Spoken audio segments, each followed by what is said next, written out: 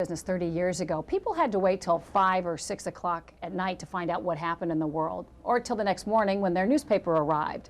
And for entertainment, you waited till Hollywood produced the next blockbuster, whether it was Indiana Jones or Star Trek. Well, for this next generation, that has totally changed. They search and find for their news all day long, and when it comes to entertainment, they can produce it themselves.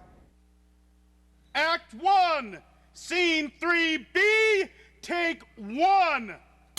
Action. This is the cast and crew of the Starship Farragut. They're on a one-year mission to make their own Star Trek fan film. What's really amazing is that the production is all happening here in the woods of Accokeek, Maryland.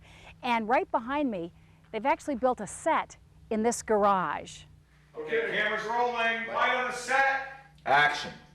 Mr. Prescott. We are doing this purely for the love of Trek. Carter out. Wait, cut. Michael, I can see that big silver thing there. The dialogue really happens over here. Can we have the boom mic sit here? And John's enthusiasm is just contagious. You know, we all just eat it up. And there's so many people who've been attracted to this project because he really drives it and he sells it. You know, you talk about a pitch and, you know, he does a great job too. And everybody likes to join in the fun and bring their own talents to it. It's a group effort. Here we go, Paul. Building the sets, Just the first coat, you have to let it dry, put another one on. makeup, Open your eyes, look up again, raise your eyebrows and close your eyes. And I need you to actually sort of turn the head down, keep your eyes shut. I'll tone it down a little bit.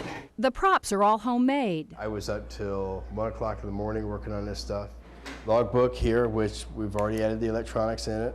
I'm the tricorder guy. The back here will light up. He's got all the little jewels that'll go on it.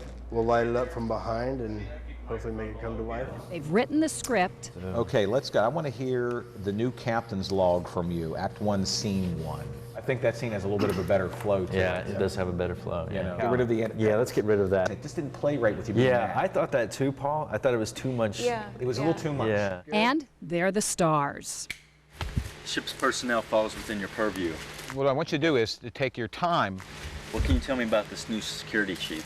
and then maybe at the end of that, maybe then you turn to him, like, I want to talk about this for a second. Seems like a real stick in the mud. Cut. That was the one I wanted. This may be the beginning of a film business or film careers for all of you. Stranger things have happened. Once you get to this point where you actually go to film and you see some of the stuff that the effects guys put in for this, you get a sense of this is what it's all about.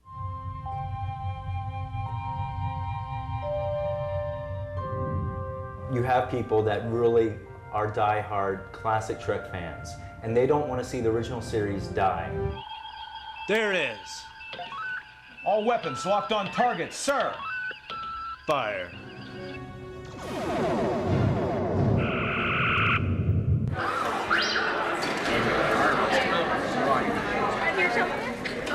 And the Star Trek fans are truly diehards. Usually when someone meets, they say, Nuknek. Nuknek, that means, what do you want? Nukdak yuch da pol. Nukdak yuch da pol. It means, where do you keep the chocolate? Nukdak ok huchba eh? Where's the bathroom? Dan and Brad, we want to thank you for your help on our first episode, The Captaincy. Certainly. You guys coming up and being the Klingons. We were happy to do it. For the crew of the USS Farragut, conventions are as much about networking as being fans. We enjoyed working on the film. It was an excellent opportunity for us to see what goes on, because we hadn't seen what goes on behind the camera before. So it was very educational, exciting, and we're looking forward to doing more of that. I'm with Starship Farragut. It's a fan film project dedicated exclusively to classic Star Trek. I wanted to show you basically our work. This is our teaser. Beautiful graphics. Oh, thank you. We want to start bringing some of the special guest stars across Star Trek, like yourself, be able to compensate you to come. William Schallert, 50-year veteran actor, starred in the most beloved episode of Star Trek, The Trouble with Tribbles. It's probably a revolutionary time in the business. I have no idea what it means, but I'm sure it is. You know, people can make movies now with very good final results with very small cameras.